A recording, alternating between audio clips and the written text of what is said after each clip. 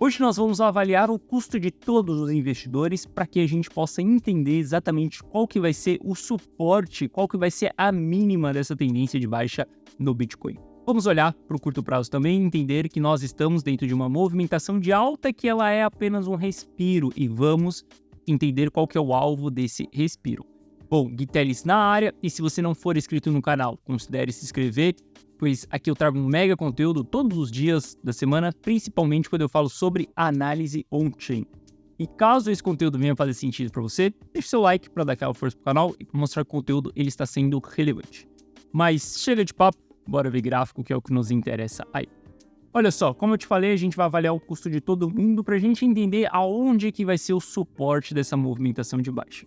Essa linha azul aqui é o custo do investidor de longo prazo. O custo do investidor de longo prazo ele só é atingido e a gente só vem abaixo desse custo quando nós estamos dentro de uma fase de capitulação cíclica. Depois de muito tempo estarmos vivenciando um bear market, a gente consegue chegar nesse custo do investidor de longo prazo. Sempre essas regiões aqui elas serão as regiões de formação de fundo do mercado, porque abaixo dessa zona aqui a gente não tem pressão de venda do investidor de longo prazo. Cada grupo de entidade tem um comportamento diferente. Os long-term holders, eles têm um comportamento de não vender quando eles estão no prejuízo, por isso que a gente sempre forma fundo abaixo desse custo aqui. Hoje o custo do investidor de longo prazo ele está na casa dos $20 mil. Eu não acredito que nós estamos vivenciando um bear market profundo. Diante a isso, eu não acredito que nós vamos chegar exatamente nesse custo aqui dos $20 mil, porque nós não estamos num bear market profundo. Quando a gente analisa o custo do investidor de curto prazo, nós estamos abaixo desse custo. A partir do momento que a gente perde os $64 mil, a gente entra abaixo do custo do investidor de curto prazo e o comportamento do investidor de curto prazo ele é diferente do investidor de longo prazo. O investidor de curto prazo ele tende a vender e ele vende em meio ao pânico quando ele está no prejuízo. O comportamento dele é completamente diferente do investidor de longo prazo. Quando a gente entra abaixo desse custo do investidor de curto prazo, é um problema no curto prazo se tiver muito supply na mão desse investidor de curto prazo. Quando a gente analisa os bull markets passados, podemos observar que o mercado ele sempre encontra o custo do investidor de curto prazo como um suporte. Olha em 2017 quantas vezes nós voltamos nesse custo aqui e depois a gente começou a subir. Em 2020 a gente também voltou dentro dessa região, desse custo aqui, 2, 3 vezes ali, depois nós voltamos a subir. Nesse ciclo a gente vê aqui que viemos algumas vezes nesse custo, a gente volta aqui até mesmo depois da aprovação do ETF e a gente volta a subir.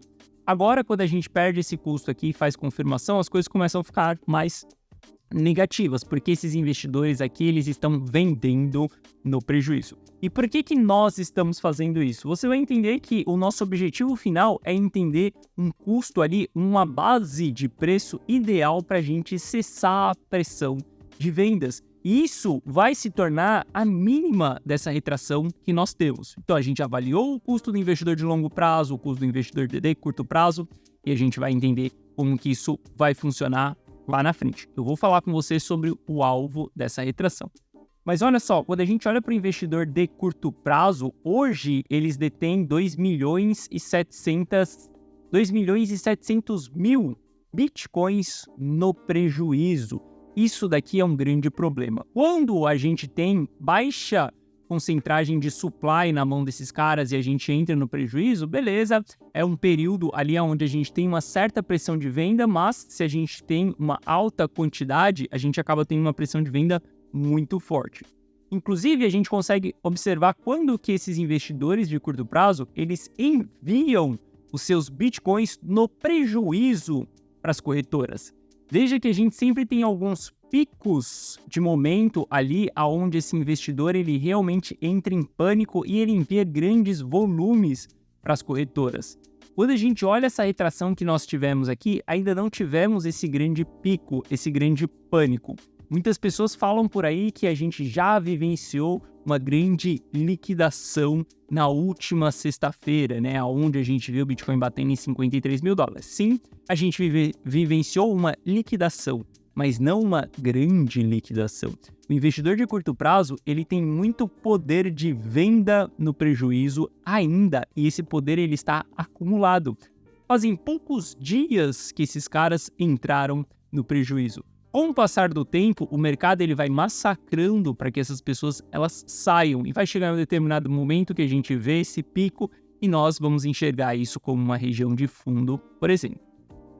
Bom, e se a gente analisar o que os investidores de longo prazo eles estão fazendo nesse momento, eles ainda continuam com pressão de venda em realização de lucro. Veja que a gente teve as maiores realizações de lucro da história do Bitcoin, quando a gente bate os $70 mil ali. A partir desse momento, a gente começa a ter indicadores de formação de topo já dentro dessa região. E veja que em um passado recente, a gente tem aumento de realização de lucro mais uma vez. Lembre-se que o investidor de longo prazo, o custo dele é na casa dos $20 mil, então ele ainda tem muito lucro a ser realizado. Não é legal a gente estar caindo e ainda o investidor de longo prazo ele estar realizando lucro, porque nessa ponta estamos com duas pressões de vendas. A pressão de venda de realização de prejuízo do investidor de curto prazo e a pressão de venda do investidor de longo prazo em lucro, realizando as suas posições. Por isso que o mercado ele não consegue voltar a subir, porque as pessoas estão se desfazendo das suas posições. Algumas estão se desfazendo no prejuízo, outras estão se desfazendo no lucro. Isso complica um pouco a nossa situação nesse momento. Eu sou um cara que respeito muito a tendência do mercado, tá? Se o mercado está subindo, eu que não vou subestimar aquela movimentação de alta. Se o mercado está caindo, eu também não sou a pessoa que vou subestimar aquela movimentação de baixa. Eu vejo muitas pessoas sendo perma-bull e perma-bearish. Para mim, isso é um grande erro. Quando eu decidi jogar esse jogo de um analista, eu decidi surfar a tendência. Charles Dow me deixou uma lição extremamente clara. Respeite a tendência enquanto ela seja válida. A partir do momento que a tendência foi revertida, jogue a favor da tendência. Simplesmente isso, eu adotei isso como filosofia e eu respeito isso. Então, nesse momento, eu prefiro respeitar essa tendência de baixa que nós temos e voltar a minha análise para a identificação de fundo. Se nós estamos em tendência de baixa, porque nós entramos abaixo do custo do investidor de curto prazo, e isso daqui é uma reversão de tendência que nós temos, eu vou esperar que o preço do ativo ele vai continuar caindo.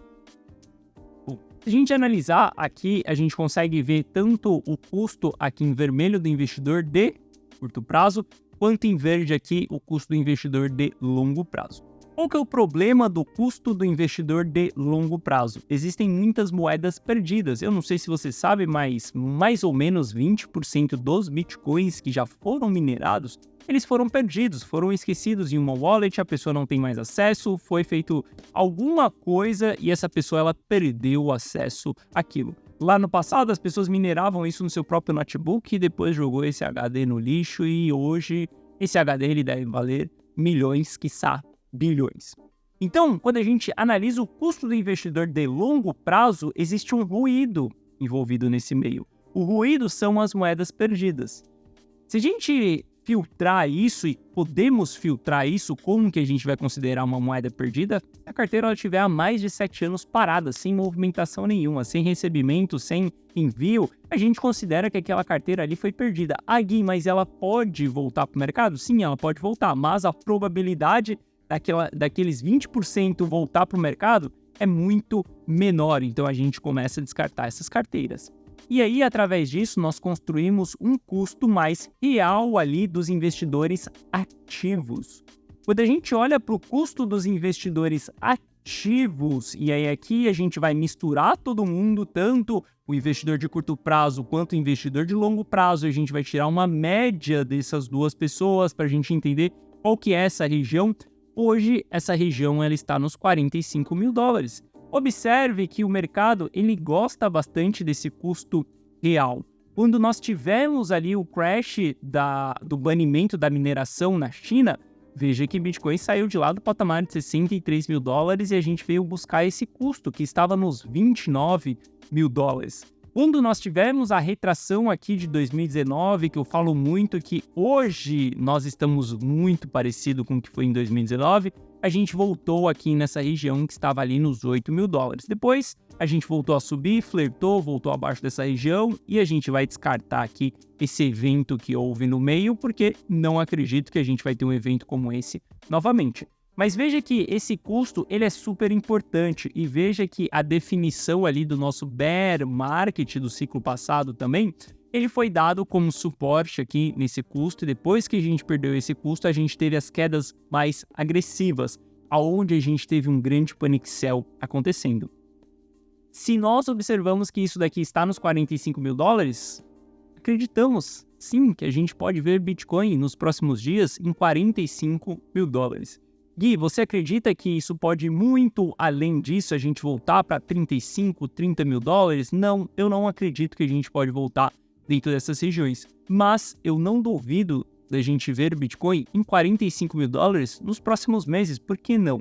Se hoje nós estamos em uma tendência de baixa, vamos respeitar essa tendência. Se amanhã o mercado voltar a subir e ele entrar em tendência de alta, e meu amigo, para você identificar uma tendência de alta é super simples, é só você acompanhar o movimento, entender as médias, entender o custo dos investidores. Se você conseguir fazer tudo isso, você sabe em qual tendência você está naquele momento. Se amanhã o mercado voltar e entrar em tendência de alta, ficaremos esperando os 45 mil dólares? Obviamente que não. Os amadores irão esperar os 45 mil dólares, porque eles gostam de cravar um preço em específico.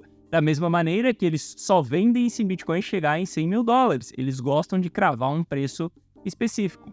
Então, enquanto essa tendência ela não for revertida, eu acredito sim que nós podemos ver Bitcoin em 45 mil dólares. É pregar o apocalipse aqui? Não. O apocalipse eu já preguei 2 meses ou 3 meses atrás. O apocalipse eu preguei nesse canal quando a gente volta lá nesse vídeo aqui onde eu falo que eu vendi 415 mil reais em cripto. Foi exatamente nesse momento aqui onde eu me desfiz de todas as minhas altcoins que estavam no lucro ali, coloquei esse lucro no bolso porque para mim as coisas estavam esquentando naquele período. A gente via o investidor de longo prazo realizando lucro de uma maneira muito forte.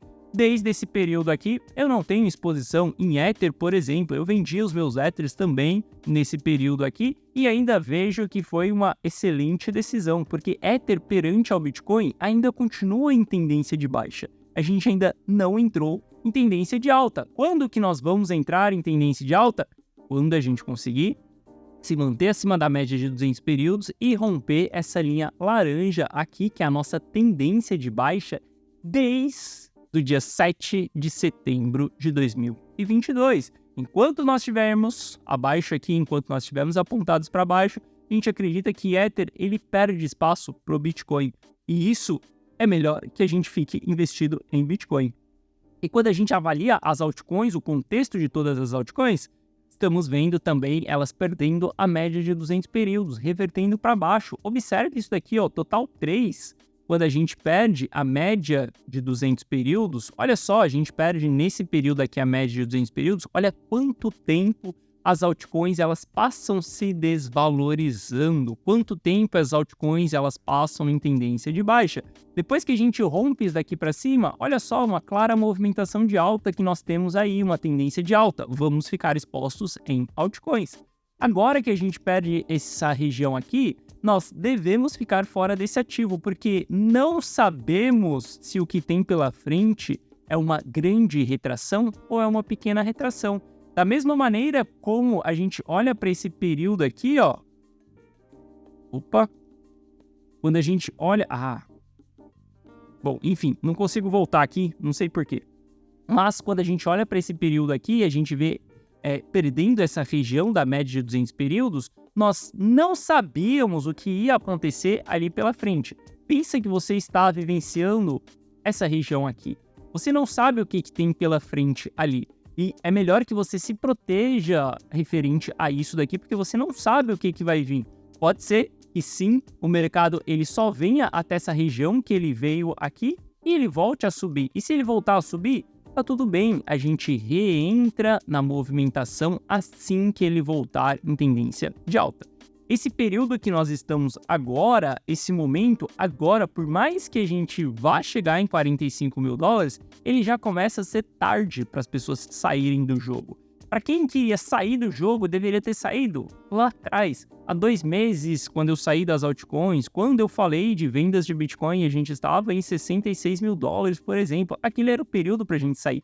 Agora não é mais o período para a gente sair. As coisas já estão começando a ficar muito próximas da região de fundo. Veja que a gente bateu 53 mil dólares e estamos falando de um fundo nos 45 mil dólares. Não é uma região tão longe assim. Então, já começa a ficar tarde para você sair do jogo. Nesse momento, você tem que começar a adotar estratégias de entrada. Se você está no prejuízo, você tem que adotar estratégias de redução de custo. Se você está no lucro e você devolveu boa parte desse lucro para o mercado, aprenda e na próxima vez saiba realizar o seu lucro quando a gente tiver informação de topo. Saiba que o mercado não dá para a gente identificar o preço mais caro e o preço mais barato, mas dá sim para a gente identificar as regiões de topo e de fundos. Basta que você tenha as ferramentas certas na sua mão para que você faça isso.